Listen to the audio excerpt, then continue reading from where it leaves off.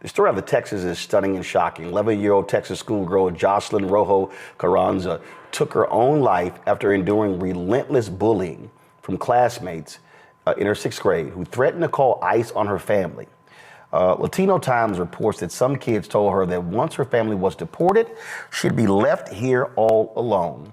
And to be clear, there's no evidence that her family is here illegally. Jocelyn's tragic death comes as the Trump administration doubles down on deportations, targeting immigrant communities at an alarming rate.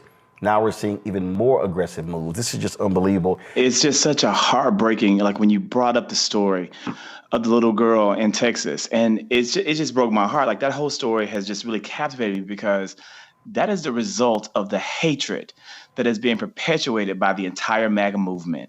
And it illustrates that hatred is continuing down through generations. They have unleashed, or they are perpetrating a type of infestation in this country that's going to take generations to root out, that we're not even beginning to address. It's heartbreaking. And just as a moment of personal privilege, my stepson is Afro-Latino. And the first time Trump was elected, he was scared for himself and his family. Now, he's a citizen and his father is an American and he was born here. But children don't always understand, right? And so I grieve for that child who in this case understood the threat being made to her because she was being bullied by the students around her. But that Donald Trump is so indiscriminate with his words that he doesn't understand that even if someone's here illegally, they're not bad people. And most Americans, to the extent they were concerned about immigration, were concerned about criminals, not law-abiding people, but for the fact that they're here illegally and their family members. That is so grievous. I pray for her family. This is a perfect example. Texas State Representative Armando Wale, a Democrat from Houston. This was 2023, where he went off on fellow Republicans over bills of things such as this here. Watch this. You're my friend, man. All these cowards. You, but this hurts. Shit that happens only. I can't go hang out with I can't drive. My brother, my cousin. Okay, I can't take them anywhere, bro.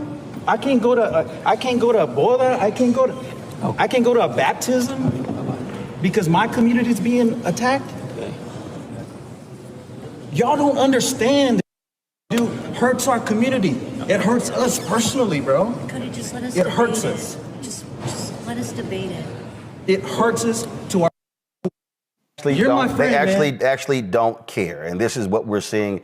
And every Democrat in the country should be talking about that little girl. And this is what happens.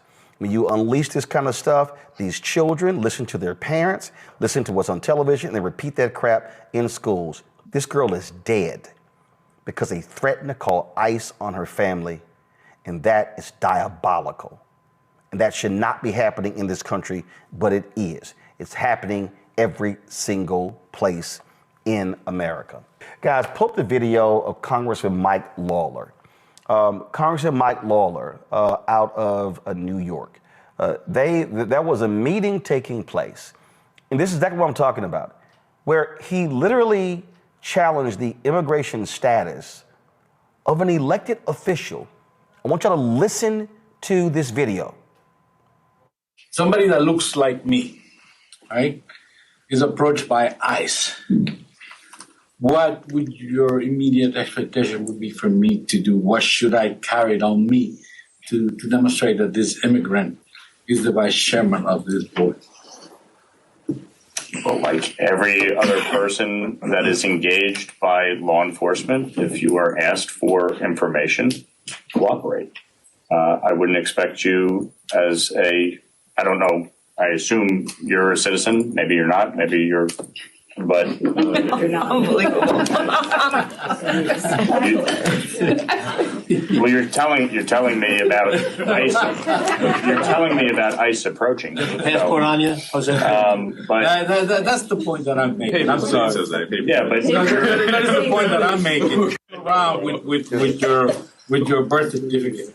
You know, I don't. Do you? I don't, and I am a citizen. Otherwise, I wouldn't be duly elected to serve on this board. So that's what I'm saying. At least represent the wishes of the local government that you represent, and that's the point that I'm making. I didn't realize that you didn't know that in order to be elected, you have to be a citizen. But in order to vote, you have to be a citizen.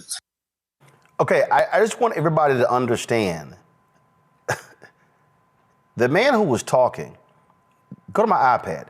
He was Jose Alvarado, the vice chair of the Westchester County Board of Legislators, a constituent of Mike Lawler.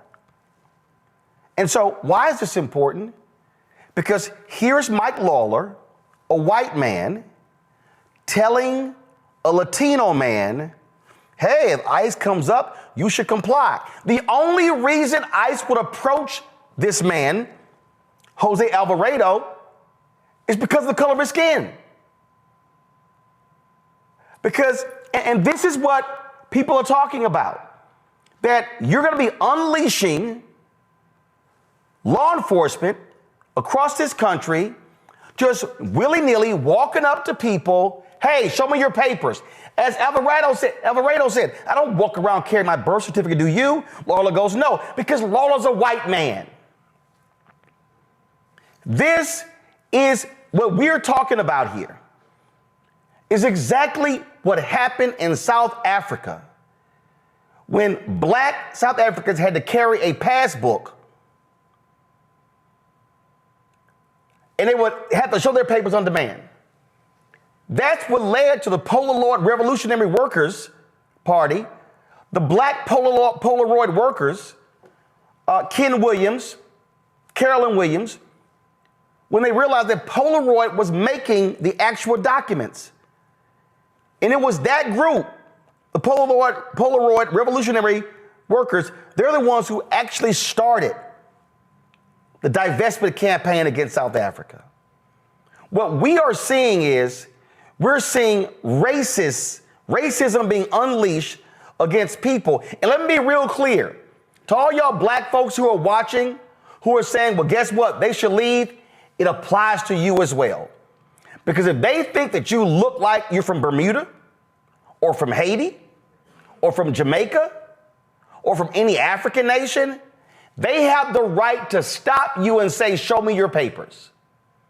So I need everybody to understand, this is not only applying to Latinos, because Latinos are not the only people. The people coming in this country who are undocumented, they're not just Venezuelan, Colombian, Mexican, from Latin American countries. No. Do y'all realize a country that actually sends a significant number of undocumented people to the country? India. So now we're talking about Indians, black people. What we're talking about is nonsensical, we're witnessing in this country.